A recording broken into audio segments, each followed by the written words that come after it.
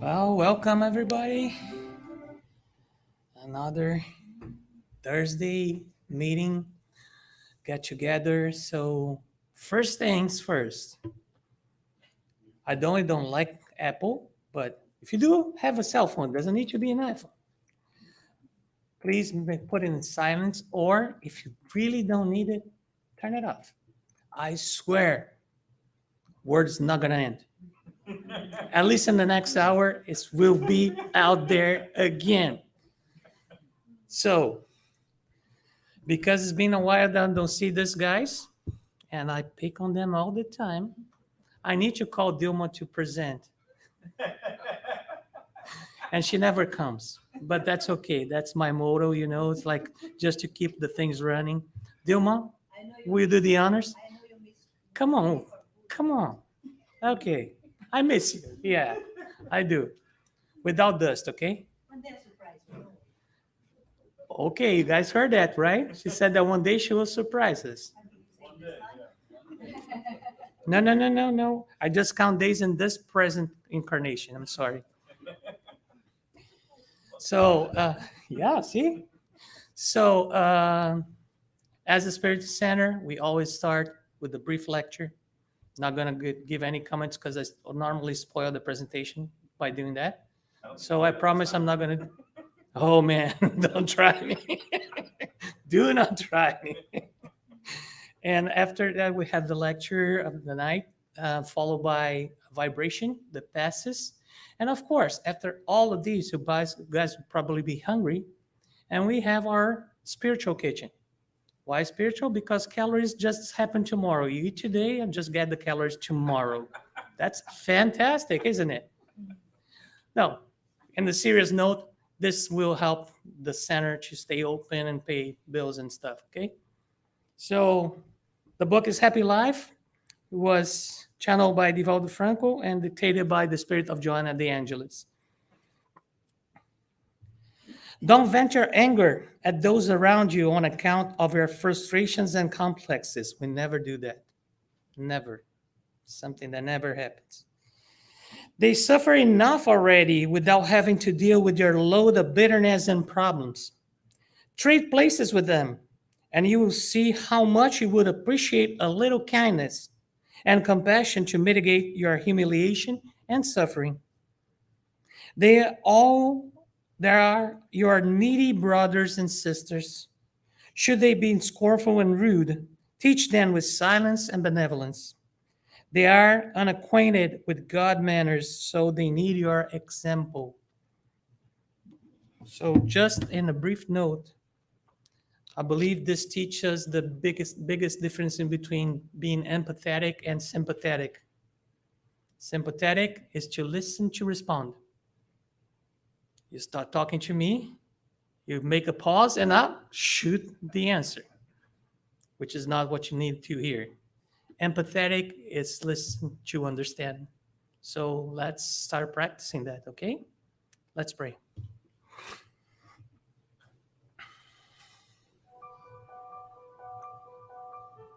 Dear God, spirits of the high above, mentors of the center, our personal mentors, thanks for bringing us here safe and sound. May this night count for our brain and our heart, and may we leave the center better than when we came up. Bless everyone here and enlighten the speaker of the night to be able to pass the message in a way that our hearts will remember as well. So, in the name of the mentors of the center and the high spirits, we ask permission to start our meeting of the night, saying, so be it. With no further ado, and not spoiling anything, I'm going to pass to Mr. Brian. Okay. Let's go ahead and turn these lights off because this one is going to be mostly visual tonight, so there's not going to be as many words. But this was something that was been in the making for a few months. Levy, when she came to me and says, like, we were tossing around ideas for lectures, something we thought up about was discussing movies or things like, or spiritual things that were available outside of the center, the doctrine, but yet have a strange connection to it. So so we were sitting there tossing around some ideas, and there's a whole bunch of movies that we were selecting about. There was a few things in there that was kind of like tying in. So I was like, I'll go through and I'll pick one out and everything else. But before we started, I was sitting here thinking, like, what are the influences of the spirits and the efforts they do to enlighten humanity? And this is through the arts. So we're sitting here like inspiring artists, poets, musicians, writers, even inventors to create new and profound works to promote thought and implant new ideas. We've discussed so many things here through all of the various lectures. We've touched on all kinds of different highlights. And then even through the teachings of the doctrine and or even outside of it, they were like saying like how Victor Hugo was inspired to write Les Miserables, and that it was like given to him through the spirits. That was something that was kind of an interesting thing to hear about. I was like, well, because it's a notable work. It's so profound, and so like it touches you deep in. And I was like, but then I even remember a saying where they were saying like, God is always trying to reach out to you. He's always trying to bring you back into his fold. He's always out to search for his lost sheep. But he's looking for you in way. But it says like, if you won't come in through the church, you won't come in through the doctrine. Maybe he'll come at you through music, through art, or through a movie. And that was something I was trying to get to me. It's like saying like, even within the movement, we started turning books into movies. Na Solar, that people have seen. It's a wonderfully made movie. Even if it was done in Brazil and dubbed in English, it was still a masterful movie to watch. And it had all, and they're working on the next one. I believe it's Messengers. This is the one they're working on right now. And then they also had the ones about talking about Allan Kardec, his life. And they're reaching out and they're touching this. And I was sitting there like, but they're made in a medium that can reach out to other people that don't like to read a book, who are too busy or something like that. And so it was trying to find a way to increase the reach and inspire people to talk. And that's part of the reason why, like we said, we were bringing this up is we're always being talked to, even within the doctrine. They always talk about the spirits. You always have the spirits. They're always influencing you. They're always trying to talk to you and inspire you. Like the cliche with the angel on one shoulder, the devil on the other. One telling you good things to do, the other one telling you bad things to do. And we hear all this through the teachings of the doctrine. And I was saying like how, and then through the works of art, it also promotes good behavior and bad behavior. So we were saying like, okay, but what is a movie that actually has elements of the doctrine within it? And I came up with this one, What Dreams May Come, 1998. So it's been out a while.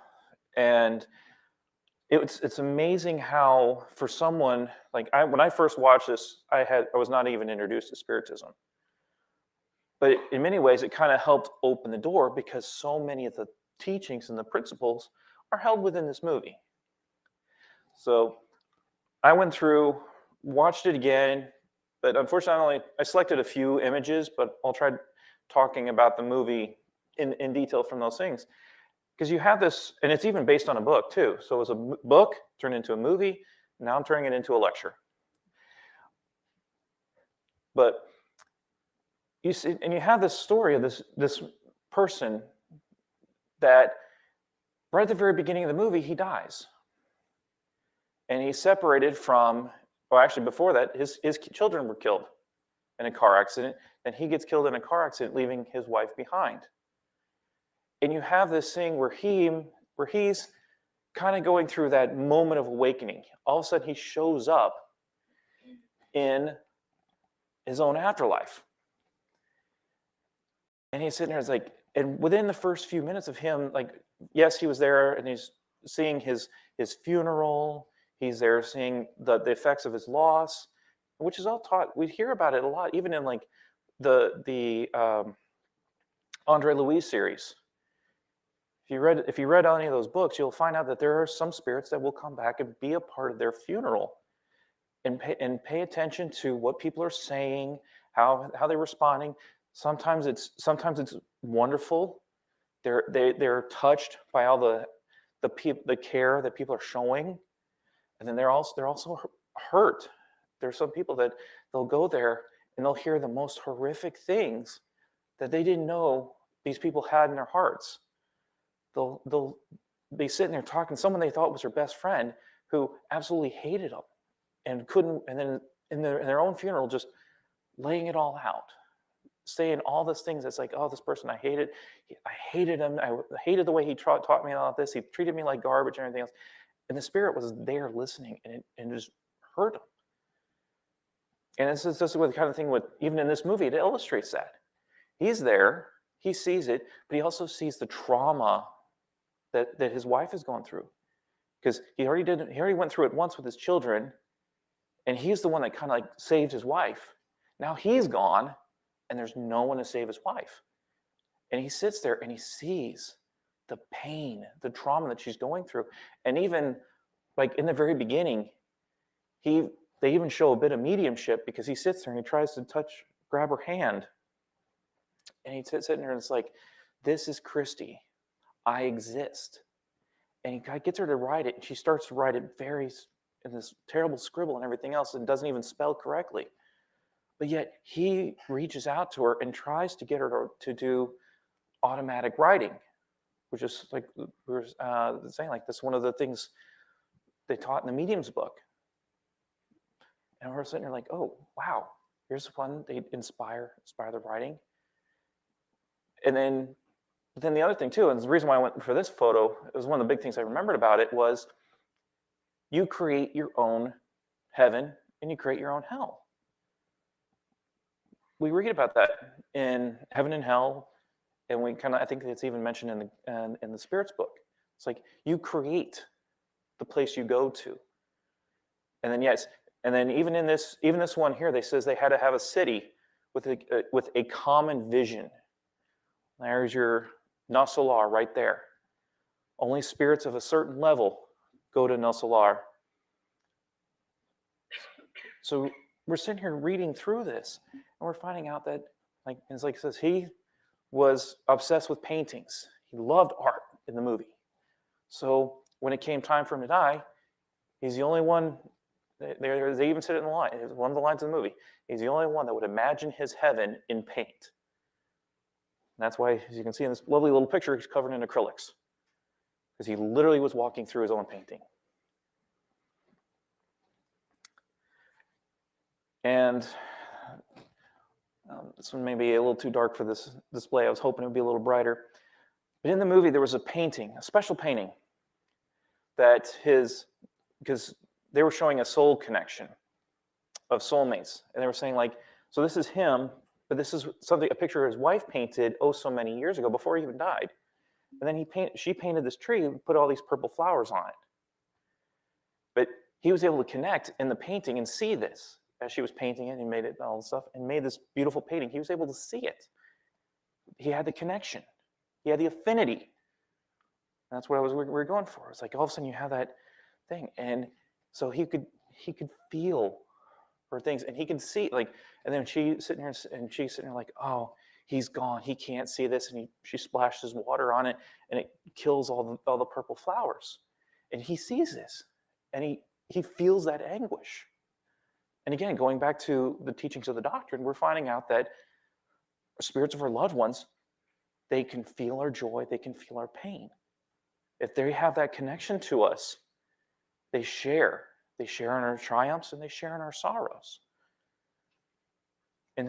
So here's a movie, like it says, 1998. So this is about 30 years old. And it's illustrating all these crazy points. And so, like, going into the next picture, he said, like, okay, that was a picture, that was him in the painting. Now here's him in the reality, seeing the same thing. Thank you so much.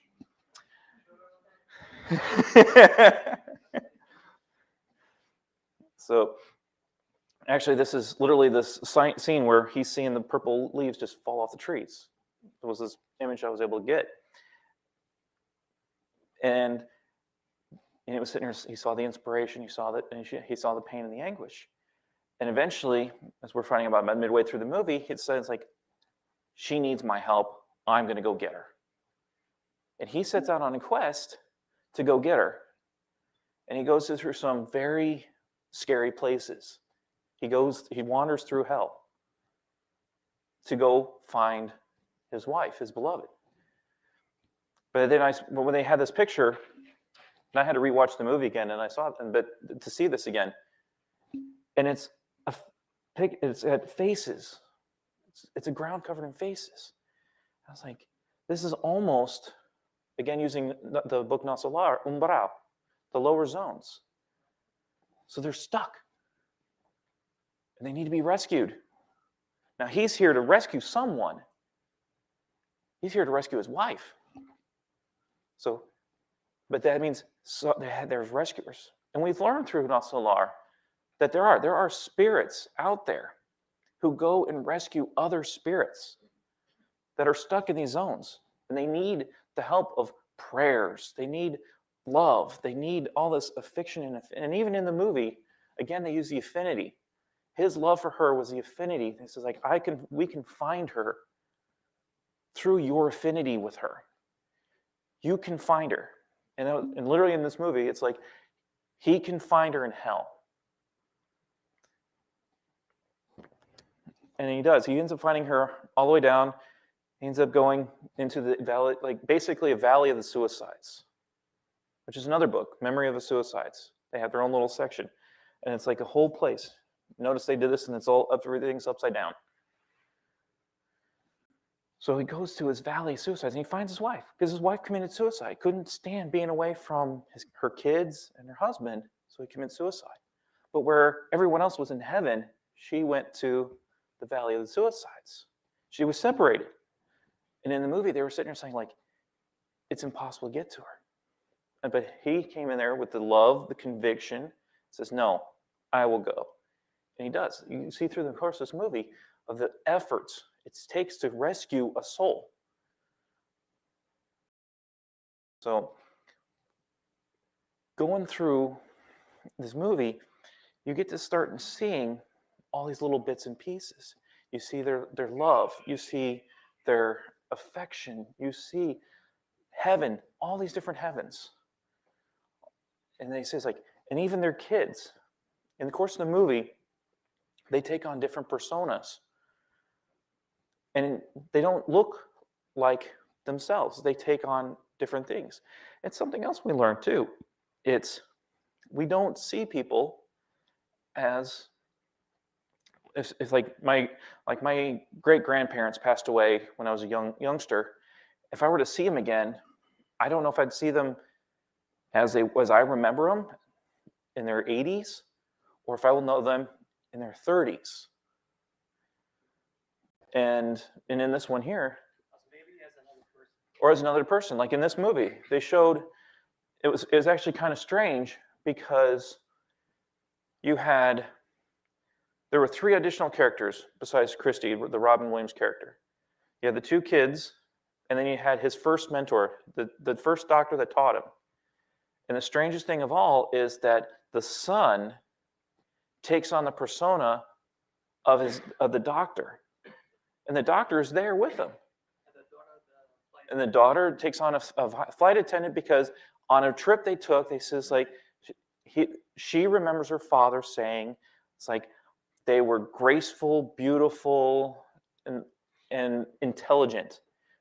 And so she kind of latched onto that and sat there and even took the same name, Leona. I literally watched it this weekend again just to prepare for this.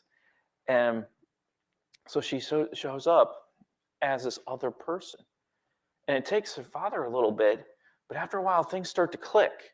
And he starts to perceive things. And he's like, you're my daughter. And basically, he ended up saying, like, do you still play chess on the weekends every night? And she's like, no, I just wait for the right partner. And then it's when she does the switch and shows that she was his daughter the whole time. And he was there. She was there the whole time. Same with his son. Took him a little longer to figure out it was his son. But as we're finding out through the doctrine, we were seeing there saying, it's like, your loved ones will be there. You may not recognize them, or they may be, or like even using Cuba Gooding Jr.'s character towards the beginning of the movie, he's all blurry. He can't quite perceive him. He's not yet in tune. He's not ready to make the connection. It takes him a little while. And that's the same thing, we hear that with spiritism. Andre Louise, when in the Nasalar, he can't remember his mother. She's all the way up here, he's down here. The vibrational levels is so different that he can't perceive her. It takes him a while before, I think it's at the very end of the book, is when he finally, after he does through all this learning and spiritual work, that he was able to finally get a visit from his mother. And then if you go to the Emmanuel series, you get the same thing with Emmanuel and his wife, Livia. Doesn't see his wife until it's time for him to die, when Vesuvius blows its top. It was one of those, so you have this wonderful movie that's filled with all these different principles and stuff.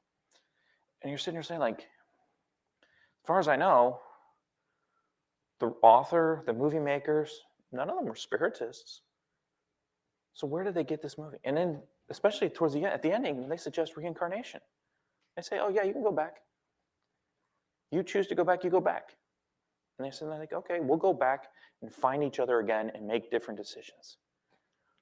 Is that not one of the primary tenets of the doctrine? Why are we here? Why do we reincarnate? To make different decisions. So we were sitting here, so we're talking about this one, and we're like, okay, you take this movie and you just see all these little bits and pieces.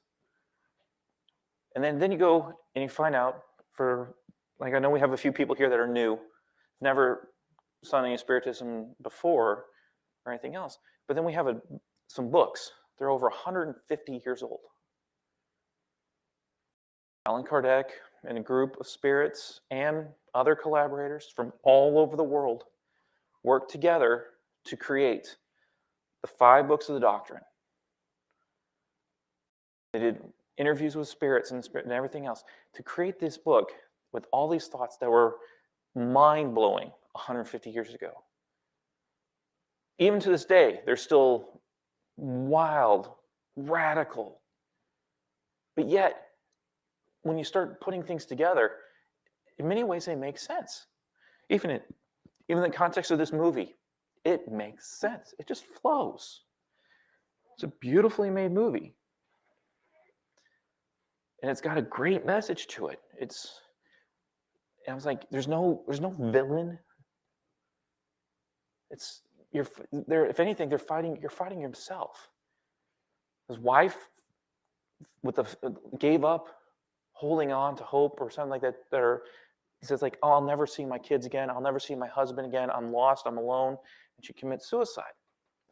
And then he faces a challenge and says, like, I'm going to go rescue her. But there's no villain. What are you facing? You're facing your own choices. You're facing your own thoughts. You're facing your own emotions. And it's something you don't see a lot of that. Like, I mean, what are the big movies today? Mostly they're Marvel movies, Star Wars, Star Trek. What are some of the other popular ones? I know, like, Disney's throw out like Lightyear and there's a lot of other movies out there. And it's like, but most of them are sitting there like, gotta have a villain, gotta have a good guy, good versus evil, something like that. And you get that little clash. So it's rare when you see one of these things where it's a different type of story. Like I said, we were discussing all kinds of movies. We were thinking, it's like, we were talking about Sixth Sense, because that's mediumship right there. I didn't do Ghost, but that's a good one too. let's see. This one, What Dreams May Came, and then Heaven is for Real. And I couldn't let Heaven for Real go because as doing this lecture, I was sitting and saying, like, you know what? That's another. Now, Heaven is for Real. That's actually based on a true story. That's real life, made into a book, made into a movie. And why is it in real life? Because of this. Heaven is for Real had a little boy, fell out of a tree, came back, but he was cured. He had an illness or something like that, or they thought like he wouldn't be forever, and he came back perfectly fine, perfectly healthy. And I think he had like an ailment or something, and it was gone. And he was sitting there saying, well,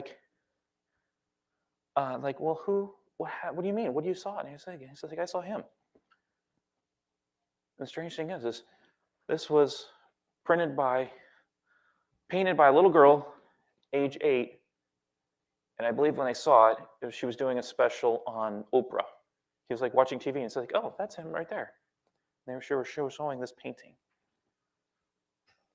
And this is, and the rest of the slides for this one are going to be it's going to switch over to Akiane Kemerick. Because there's a book that was done from, I think DeValdo did a lecture about 20 years ago. It was called The New Generation. And in it, he was talking about 2 types of children, the indigo children and the crystal children. Indigo children were the ones that are supposed to shake things up, challenge the system, challenge the rules. So it forces you to think, is that rule there for a purpose? Or is it there as something from a bygone era that can be swept under the rug? Because when you think about like the way how Spiritism is taught, it's taught as the 3rd revelation. And it builds upon the Old Testament and the New Testament. And one of the things that always gives people a little pause with Spiritism is the communication with spirits. Oops, got a little too happy with the trigger here. Is the communication with spirits. Because you have the Abraham teaching, do not talk to spirits. Well, when was this? 5,000 years ago? What was it? What was the mental capacity? What was it that could a human mind of that era really talk to spirits and be able to discern whether it is if it is a high order spirit, low order spirit, someone that's there to trick them? Like, people with that mindset you're talking kindergartners, 1st, 2nd grade intelligence in general. They wouldn't know. So, yes, the rule had a purpose back then. Fast forward up to the time of Allan Kardec. It's the age of reason. It's the Enlightenment. All of a sudden, people are using their minds and pulling back the veil, discovering the truths, discovering the science behind things, and finding out that what is real. And they're able to pick apart what is real, what is fake. They can sit there and compare it against the teachings of the Bible and say, like, that's in line, that's not in line. And then that's when I was saying, like, you've got to the point. Humanity has gotten to the point you can figure things out. You can be responsible and sit there and say, like, this is right, this is wrong. And for the last 150 years plus, we've been on that quest. We've been having this more of these things that we've been encountering today have been moral issues. When you think about all the things that's going on in current events or things going on around the world, many of the things that are being discussed about out in the world have a moral underpinning. Is it morally right, morally wrong? I mean, you can take your pick. We've had abortion, we've had war, we've had the homosexuality, transsexuals. We've got all these wild and crazy ideas that are all being debated upon, trying to figure out if it's if it's truth, if it's fake, if it is moral, if it's unjust. A lot of debate raging around. We've been doing it now you can go all the way back to the beginning of the 20th century even with World Wars I and II. You can sit there and say, like, figuring out what is right, what is wrong, everything else. We've done and that scale has swung wildly. Great evils have been done, great goods have been done. Lessons have been learned in both directions. But I was going to sit here like, I'm going to sit here and kind of come back to Akiane, because they're saying that she's one of the crystal children. I mentioned the indigo children, it's the ones that shake things up and challenge rules. But then you get the crystal children. They're the guides. They're the ones that are coming to usher us into that new world. The doctrine teaches us we're in a world of trials and atonements. But there's been a lot of more recent writings that's saying, no, that's not true anymore. We're transitioning. We're in the middle of a transition. And we've kind of like just recently passed the 50% mark. We've about halfway done our transition. So we're no longer a world of trials and atonements. We're at the very beginnings of a world of regeneration. And when you start going back to the teachings of the doctrine, you start looking at it, it's like, well, what's a world of regeneration? Well, goodness is going to start to prevail a bit more. The question, the conflicts of the day is going to be more moral. We're not going to be focused in on hurting each other and everything else. We'll be sitting there thinking, we'll be working more on the slights. It's like the people that cut us off on the roadway. It's like, did they physically hurt me? No. Did they inconvenience me? Yes. Or they did something that was kind of unsafe? Certainly. Did it hurt my spirit? It made me a little angry. I wasn't happy after that. My vibration dropped. But that's, when you think about the world of regeneration, that's like kind of like what things are going to be. It's like we're not going to focus on physically hurting each other and physical violence.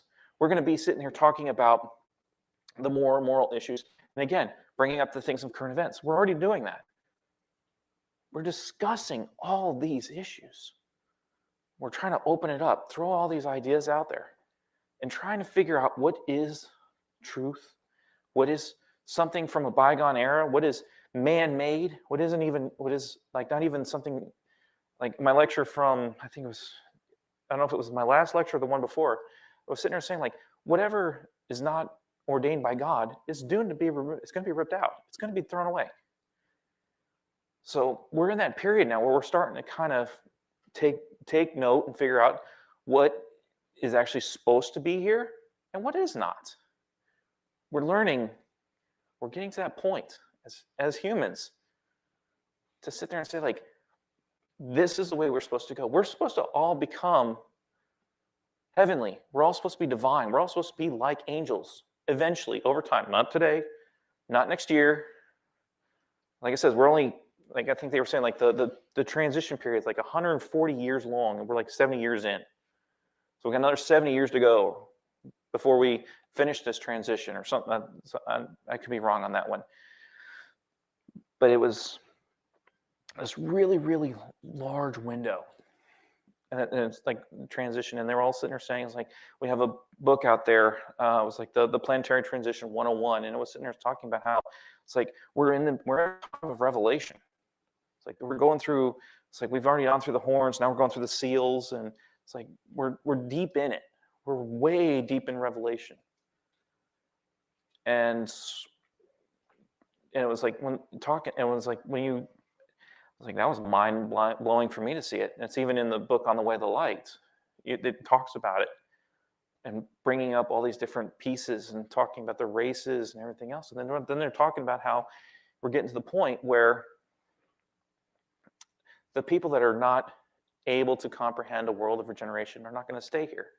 They're facing their Eden moment.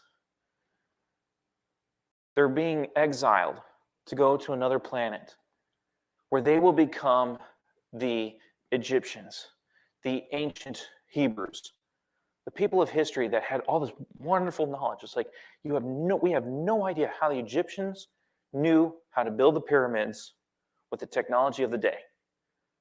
But yet they do. They're the most advanced people on the planet at the time.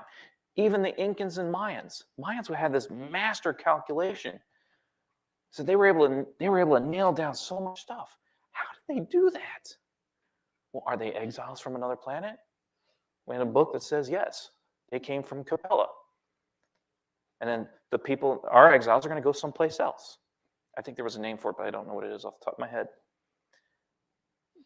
And we see it, then we have like it says, we got this crystal child like Akiani, who supposedly came from Capella to show us the way in spirit.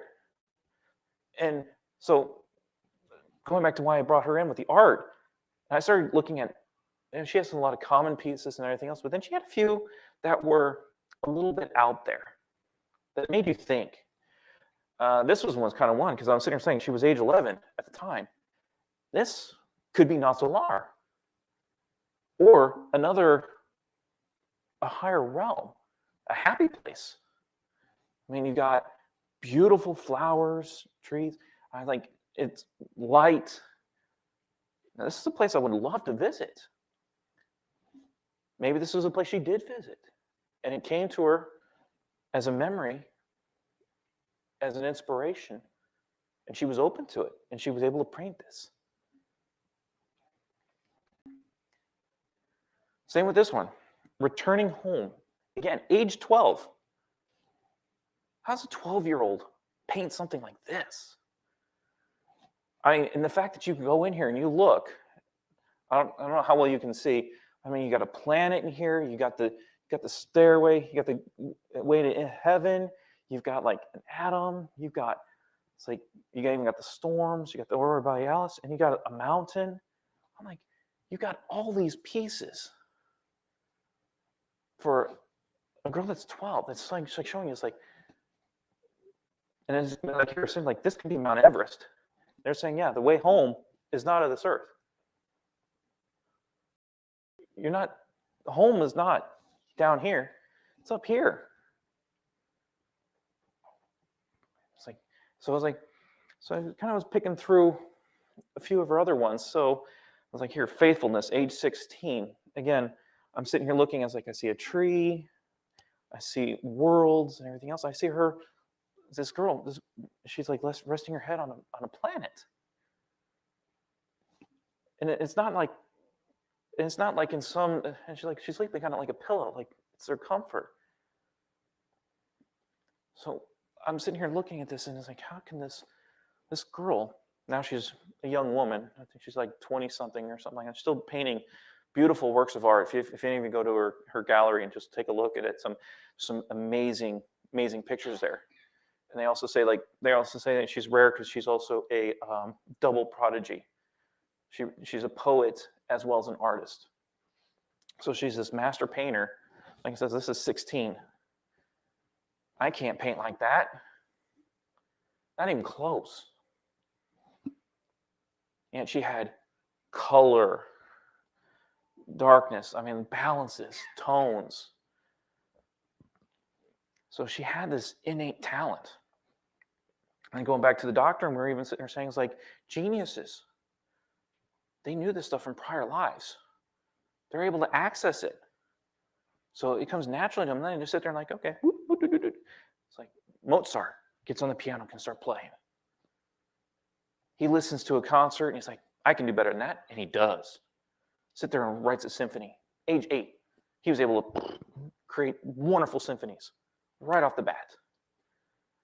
We've had so many prodigies and things that have shown us the way and enlightened us.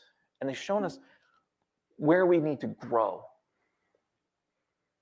Because that's kind of like the big point of this. So sitting here, like, you got this, like I mentioned in the slide, the inspiration.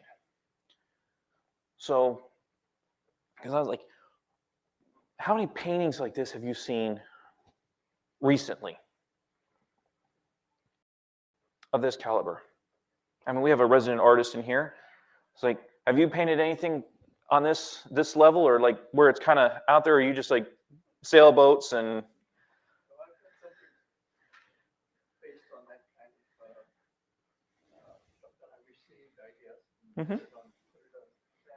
So, well, Like this. and like I said, but I'm hoping that this is the direction we're going. that the next wave of artists, whatever block we've got going on right now with everything that's been going on, hopefully we come back to this lovely little revival and we start doing these, like, this is like it says, this is crazy. She's resting her head on a planet. It's not realist. It's more idealist.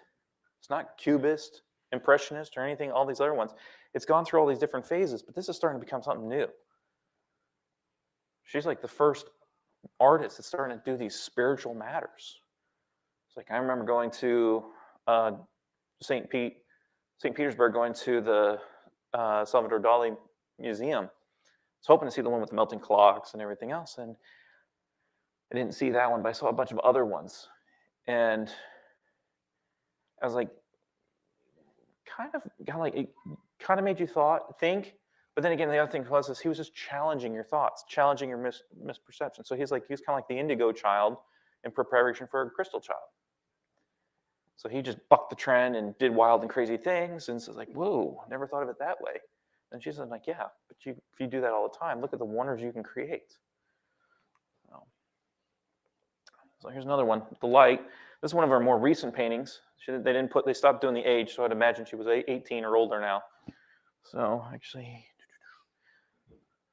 I can't see the signature on this one.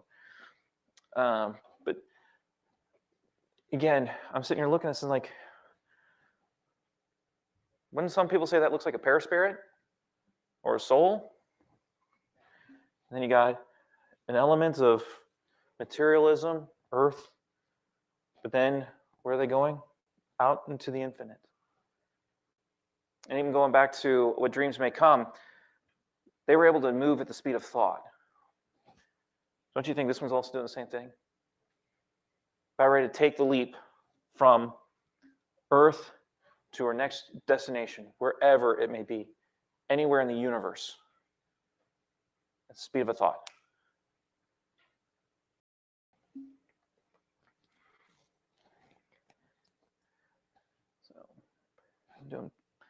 But I was sitting here looking at this and just imagining. And the other thing too, one other reason I chose this one too, was the James Webb telescope that came out. How it's been piercing back and showing, refining these images, the Hubble images that have come out. And this is kind of like one of them that I remember seeing, that they refined it even more, where they were saying like you can see the myriad of stars being formed on the edges of this. In the real life, went out there in space, and I was like, can you imagine? Like, we can barely contain the wonders of this planet. We explore just the wonders on this planet. Imagine the wonders out there that we can't even see. I mean, we've been so fascinated. We're fascinated with the deep. We're exploring the deep depths of the oceans. We've gone there and we've explored Jupiter. We've done all the planets, finding out, like, trying to figure out what's making that great red spot in Jupiter, the big swirling storm, go for thousands of years. Why that thing just keeps on going, that giant hurricane. It's like, just total fascination.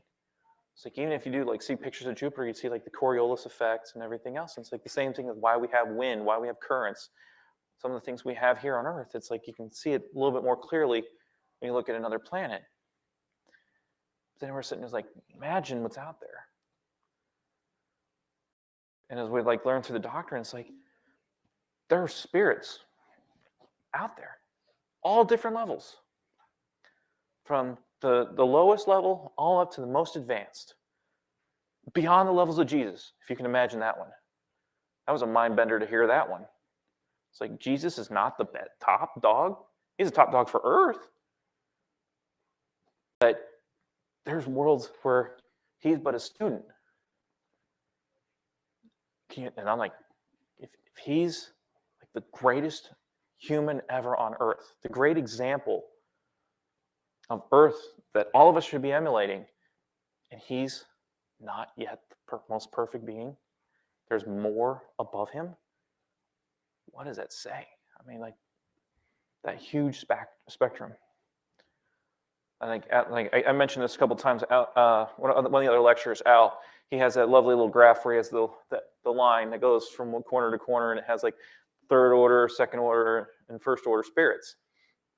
And he always says we're way down here, and we keep thinking like up here is Jesus. But then you think of like in the infiniteness of space, he may be down here. There's still more to go. We won't be there, like I says, and if it'll take us 1,000 years or more to be like Jesus, imagine what it'd be to be beyond that.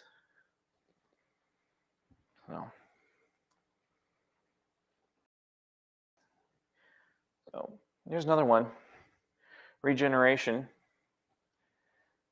This was another one too, because this one also kind of harkens me back not only to what I said with what dreams may come, but Nasalar as well, because it looks like she's pulling the spirits of these plants out of the swamp.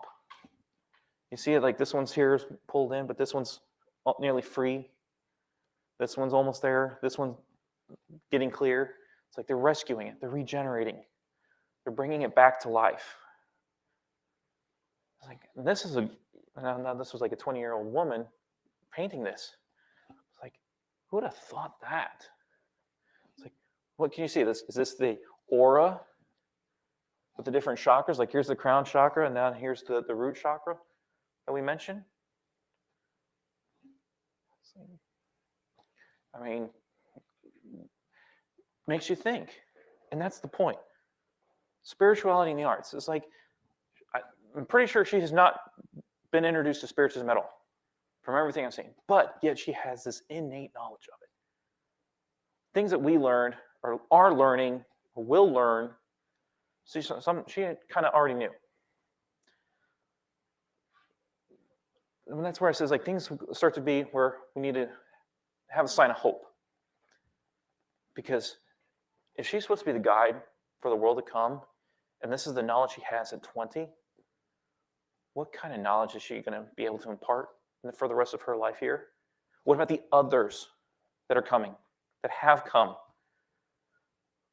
We're saying, like, there's a reason we don't hear from Emmanuel or Andre Louise anymore.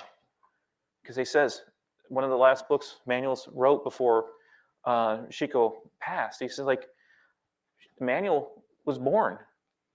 The spirit of Emmanuel was already born again in Brazil before Chico passed. So, let's see, does anyone remember when he passed? I think it was like 2002? So, today's 2022. So you're talking, Emmanuel is about the same age, 20-something, roughly around 20-something. Andre Louise also is maybe a couple years behind. These are like big notable spirits within the doctrine. They both said they're coming back. So we have Akiani. So, and then we're saying like Emmanuel's back already, and Andre Louise is back. We just haven't heard of them because they're still young. They're in their 20s. We'll feel their presence. They'll guide us.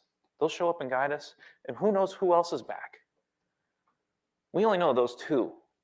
Who's to say some of these other notable people that can shake people's minds and thoughts? Like they were saying, like Benjamin Franklin said he didn't need to come back. Maybe he is. Maybe he's going to help us. All these wonderful spirits are coming to help us into this next level. And they're like it says, like, and they're probably already started. Like at least Akiani, she's already started. She's starting to show us the way through her art. Who else is out there to inspire our thoughts in a more positive direction, whether it's the doctrine or not? But to get the wheels turning, to reach out and say, hey, humanity, you're on your path to the next level. Let's start working towards it. Let's bring it in. It's like, let's make it happen. We're engaging you. We're talking. The spirits are already talking, they're communicating, they're trying to reach us and tell us where we're going right, where we're going wrong. They're inspiring us all the time. We just have to be open and listen for it. But even when going back to the doctrine, but we have to discern. Are we being guided in the correct path? Or are we being guided in the wrong path? So I started with the first picture of Jesus that Akiane did when she was 8. She redid it again just a few years ago. This one does have a date. It was 2017. So this one's only 5 years ago. So she was like 18 or something like around when she painted this. Now, you can see the difference between the one when she was 8 and this one. And I mean, I keep getting mesmerized by how, especially I look in his eye, how authentic it looks. How I just sat there when I looked at it on my phone. I was like, it just leaps off the page. Like this almost looks like a portrait, like a photo, not a painting. I mean, you got the hair and places. It's like a masterful work of art.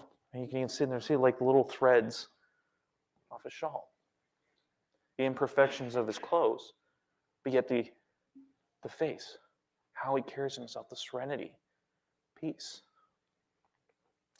And with that, I'm going to have us transition over into our vibrational levels in preparations for the past. I'll leave this picture up here just because a better way to invite us to be serene than have a picture of Jesus. So with that, let's dim these lights. Make ourselves comfortable.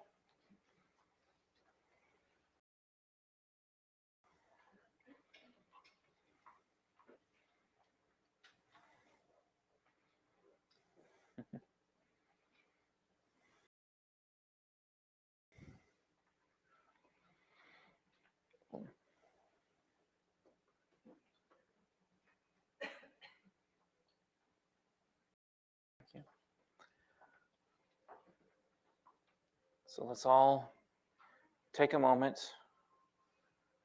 close our eyes, take a deep breath in. Let it out.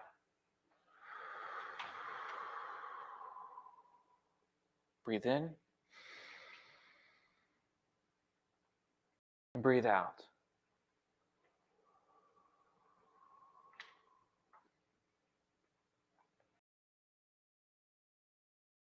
Let's take this moment and imagine that this picture of Jesus is not Jesus, that he's actually here. In your mind's eye, imagine he is right here in this room in front of you. That smile, that serenity, that divine presence. Feel him as he walks around the room, touches your shoulder. Just the lightest of touches. But in that touch, feel the love, feel the warmth, that healing power.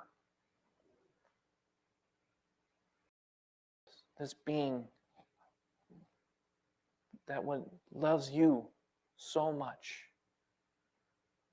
knows you better than yourself. That lightest of touches held the greatest power, the greatest love, caring, kindness.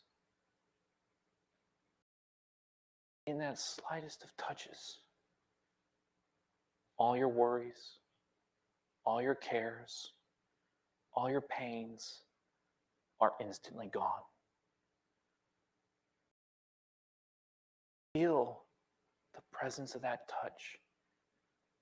Feel the power that was within it. Know, just in that lightest of touch, that infinite love, infinite hope, infinite power. Then that touch shows you are worthy of that love, that kindness, that strength, that power, that healing energy to revitalize you,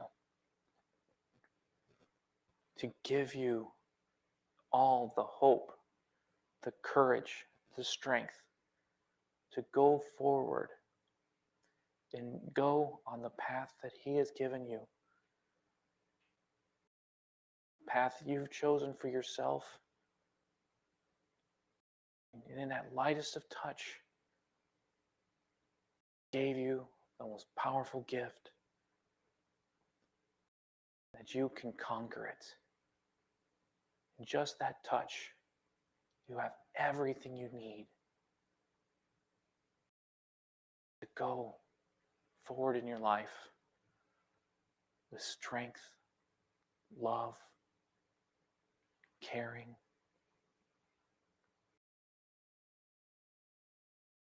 Continue to breathe deeply as we prepare for the passes.